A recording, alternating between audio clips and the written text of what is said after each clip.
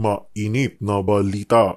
President Escudero na ngayon na at this hour at patawag mo na yung mga senador at mag-convene na kayo as impeachment trial court. No, wala sa panahon, wala yung time diyan, constraint. Bakit naman kami bigla sasabihang gumalaw umakto agad sa loob lamang ng ilang oras? Kung nagpa-banjing sila gawin ito, siguro wala naman silang basihan ngayon na madaliin kami, lalo na nasa huling araw na ng sesyon. Yan, hindi naman siguro makatarungan o tama na pagkatapos nilang upuan ito ng ilang buwan. Biglang pwersahin, pipilitin at sasabihan kami ng sino mang galing sa Kamara na, hoy, bilisan nyo, aksyonan nyo, ano ba kayo? Hindi. Hindi ganon at hindi ako papayag din nun. Ang impeachment process para sa akin, hindi mahalaga kung pabor kayo o kontra, hindi mahalaga kung ma-acquit o ma-convict. Ang mahalaga para sa akin, bilang tagapangulo ng Senado, maging maayos ito, sang-ayon sa batas, credible, kapanipaniwala, at magagawad ng hustisya. Pabor man yun sa opinyon ng mas nakararami o konti o hindi. President Escudero na ngayon na at this hour at patawag mo na yung mga senador at mag-convene na kayo as impeachment trial court. No, wala sa panahon, wala yung time diyan, constraint na kung wag namang sabihin na sisihin pa kami, no, na ngayon lang namin ipinasa.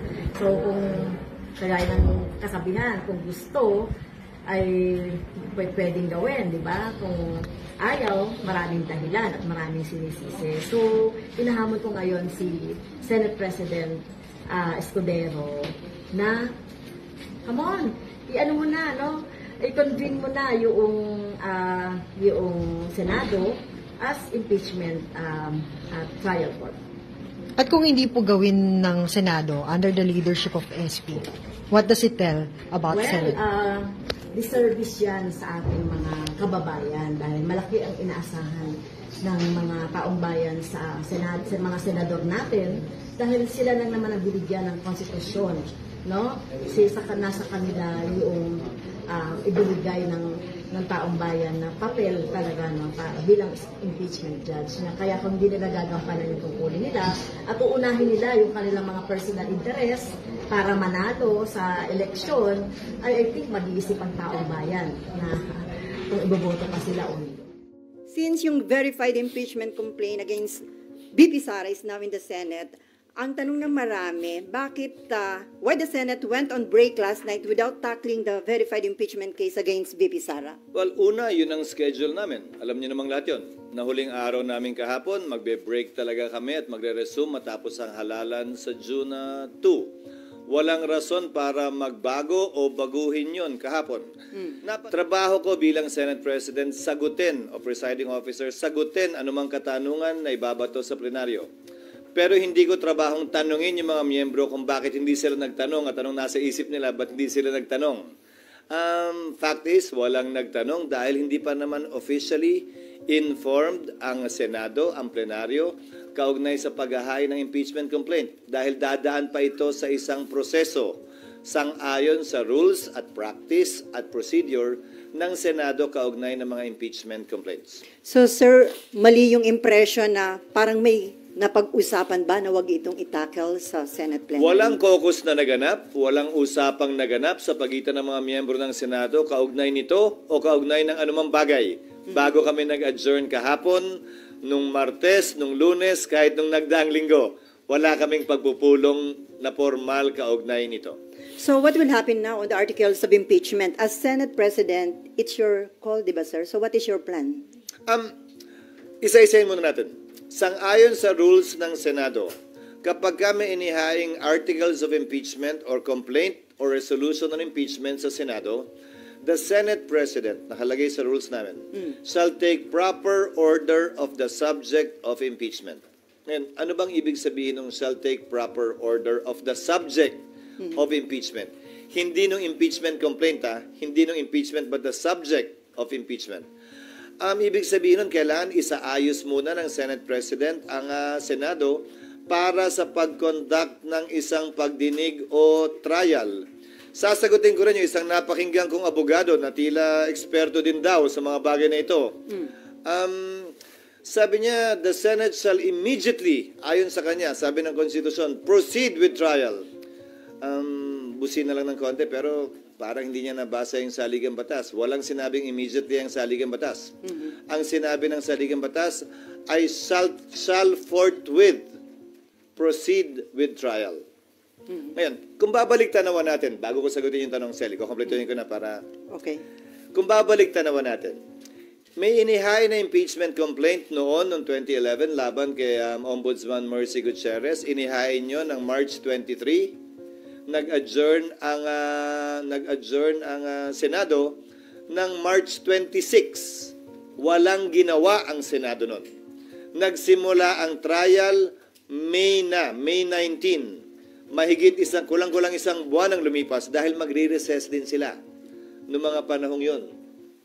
Kung maalala nyo ang impeachment ni dating Chief Justice Corona, ng yumaong dating Chief Justice na si Corona, final ang impeachment complaint ng December 13, nag-trial po sila January 19. So kung susuriin nyo, base sa President yung salitang forthwith, hindi naman po ibig sabihin nun kinaumagahan, agad-agad, dali-dali. Mahigit 2 buwang inupuan, pinag-aralan, binasa, tiningnan ng Kamara yung mga impeachment complaint na nakabinbin. Mahigit 2 buwan, hindi finorward ng Secretary General ang impeachment complaint sa tanggapan ng Speaker para i-refer sa plenary at sa Committee on Justice. Magkatabi lamang naman ang kwarto tulad sa Senado ng Secretary General at ng Speaker, ang Secretary ng Senate at ng Senate President. Bakit naman kami bigla sasabihang gumalaw umakto agad sa loob lamang ng ilang oras? Kung nagpa-banjing-banjing sila gawin ito, siguro wala naman silang basihan ngayon na madaliin kami lalo na nasa huling araw na ng sesyon. Yan pinadala sa amin, halos mag-aalas 5 pa ng hapon.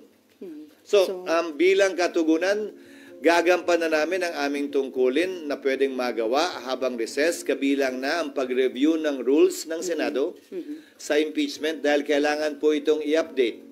Halimbawa, yung pagkakaroon at requirement ng judicial affidavits, yung pagkakaroon ng provision at procedure para mag-hearing sa harap ng commissioner, yung pagkakaroon ng matatag at malakas na pre-trial procedure para swabe na at hindi na komplikado at magulo yung trial proper. Ito ay mga bagong procedure sa Rules of Court na pumasok bago po namin itinalaga yung aming Rules of Impeachment noon na kailangan po naming baguhin. Pangalawa, kailangan pa rin pag-aralan siyempre ng Secretary General ng Senado, ng Secretariat ng Senado, yung impeachment complaint mismo. Tinanggap lamang namin yung kahapon. So dun sa nagsasabing, bakit hindi agad-agad binabasa mo ba? May trabaho po kaming kailangan gampanan. Halimbawa, sang-ayon po kasi sa e-commerce law at sa e-gov law, pwede naman maglagay ng e-signature.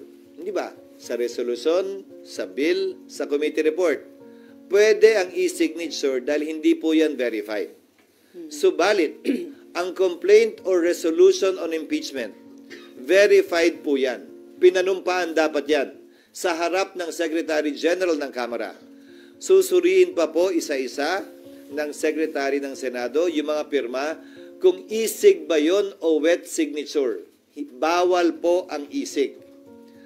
Dahil kailangan pinanumpaan ito. Paano ka manunumpa sa harap ng SecGen kung inutos mo lang yung opisina mong i-affix yung e-sig? Meron naman pong app, gagamit kami ng iba't ibang app para makita at malaman kung e-sig nga ba siya o wet signature. Para matiyak na yung bilang talaga ay sapat dun sa 1/3 para mag-comply dun sa direct filing sa Senado. Mga halimbawa lamang ito na mga dapat pang gawin at gampanan ng Senado. At bilang panghuling sagot, para mag-convene ang impeachment court, kailangan may sesyon ang Senado. Para manumpa ang impeachment judges, kailangan may sesyon ang Senado.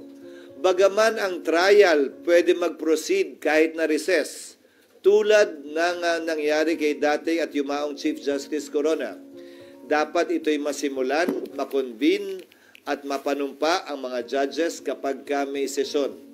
So kung may mangyayari mang aksyon o kaganapan kaugnay nito, yan ay mangyayari sa June 2, pag-resume ng Senado, matapos ang eleksyon at pasayan ng mayoriya ng Senado kung aamyendahan ba yung rules, anong ilalagay sa rules, i-authorize ba tulad ng nasa Rules of Court ngayon na suppletorily applicable na pwedeng mag-hearing habang recess dahil may 12 senador pa namang maiiwan natatawid hanggang 2028 pa ang termino, kabilang ako.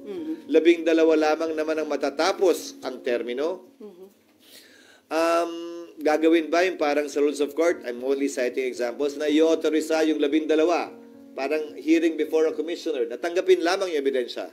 Ito'y court of record naman kasi. Ibig sabihin, kahit na wala pa at hindi personal na narinig yung ebidensya, mababasa naman. Ngayon nga may video pa.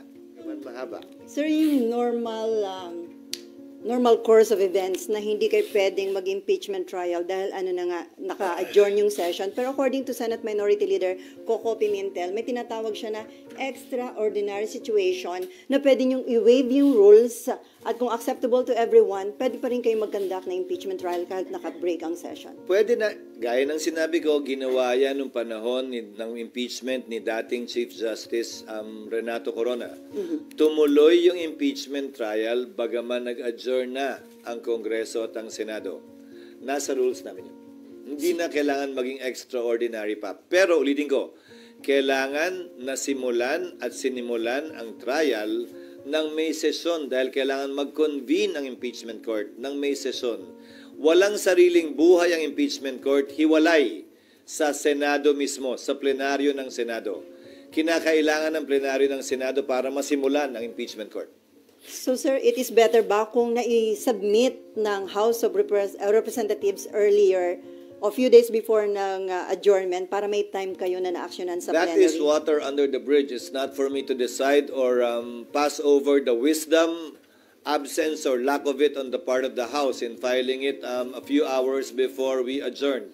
Mas marapat siguro sila ang matanong kaugnay niyan. Pero ulitin ko, hindi naman siguro makatarungan o tama na pagkatapos nilang upuan ito ng ilang buwan, biglang puwersahin, pipilitin at sasabihan kami ng sino mang galing sa Kamara na, hoy, bilisan nyo, aksyonan nyo, ano ba kayo? Hindi. Hindi ganon at hindi ako papayag din nun. Ang impeachment process para sa akin, hindi mahalaga kung pabor kayo o kontra, hindi mahalaga kung ma-acquit o ma-convict. Ang mahalaga para sa akin, bilang tagapangulo ng Senado, maging maayos ito, sang-ayon sa batas, credible, kapanipaniwala, at magagawad ng hustisya. Pabor man yun sa opinyon ng mas nakararami o konti o hindi. Considering yung mention nyo ng mga possible scenarios, sir, can we say na walang mangyayaring impeachment trial during the break or mahirap? Wala. Legally, it cannot be done. So, Legally, it cannot be done, again, as I said, because the impeachment court was not convened. The impeachment complaint was not referred to plenary for there to be a basis for the impeachment court to be convened by the Senate sitting as a legislative body, hindi muna as an impeachment court.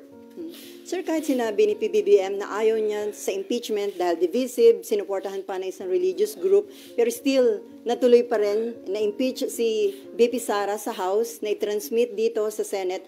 Indication ba yon na hindi nagpa-impluensya ang House of Representatives? Siguro mas sila yung dapat mong tanongin yan, hindi ako. Basta ang Senado, gagampanan namin ang tungkulin namin ng, tatagalugin ko ng may malamig na neutralidad ng isang hukom na walang kinikilingan. We will perform our duty and function with the cold neutrality of an impartial judge. And without fear nor favor, we will rule over things as we see fit and based on what is right and what the law provides. Since it is a political process, can we expect na lahat po ng mga senador na tatayong impeachment judge ay magiging fair and impartial, considering na iba kaalyado ni BP Sara?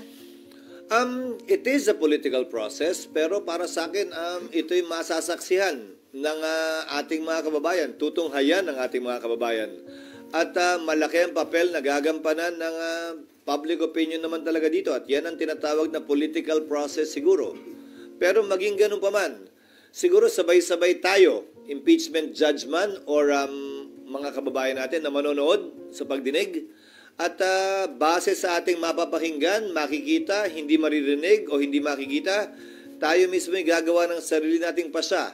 At dahil political process nga ito at mga politiko ang tatayong umuupo bilang hukom, sinong politiko ang kilala mo na sumusuwag ika nga sa public opinion, lalo na sa panahon ng halalan. So, inimbento talaga itong sistemang ito na nagsulat ng ating saligang batas para ganito naman talaga. Hindi para maging sobrang hiwalay, ika nga, sa opinion ng publiko kaugnay sa bagay nito dahil politiko din naman ang hinuhusgahan. From Myla muna, although para nabanggit nyo na, Phone in. kung sir, kung after election magko-convene yung impeachment court, tas limited na yung time ninyo, carry over yun kung bago na yung composition ng mga senador at kongresista sa 20th Congress? Iyon ang aking paniniwala. Bakit?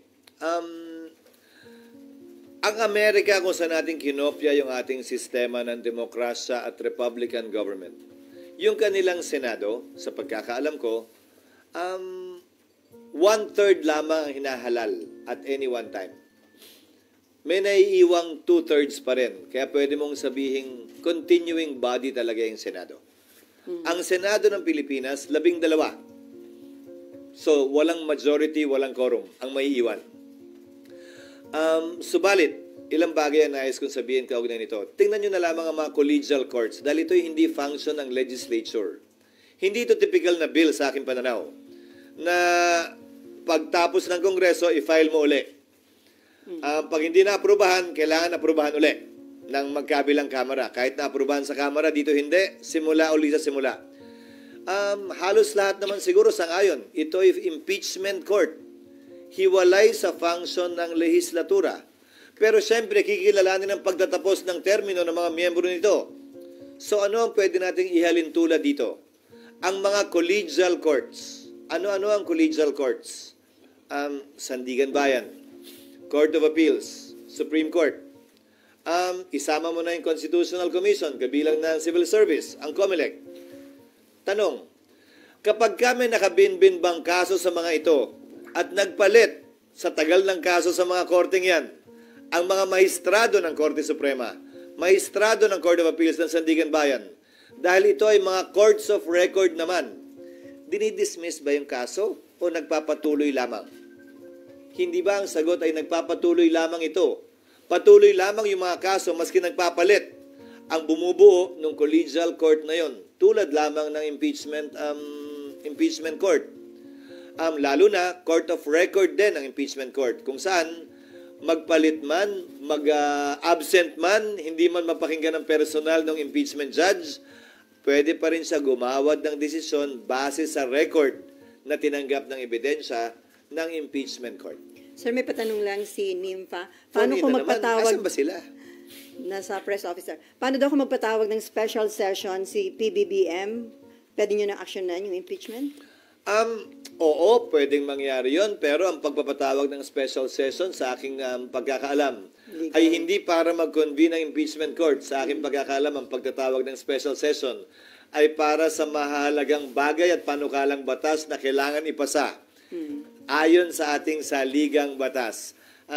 Hindi ito isa o saklaw marahil ng probisyong yon, kaugnay ng special session. Pero haharapin namin yon pag nandiyan na. Siyempre, pag nagpatawag ng special session, sang-ayon man kami o hindi, siyempre, alam namang hindi kami mag-attend. Okay, Mav, and then...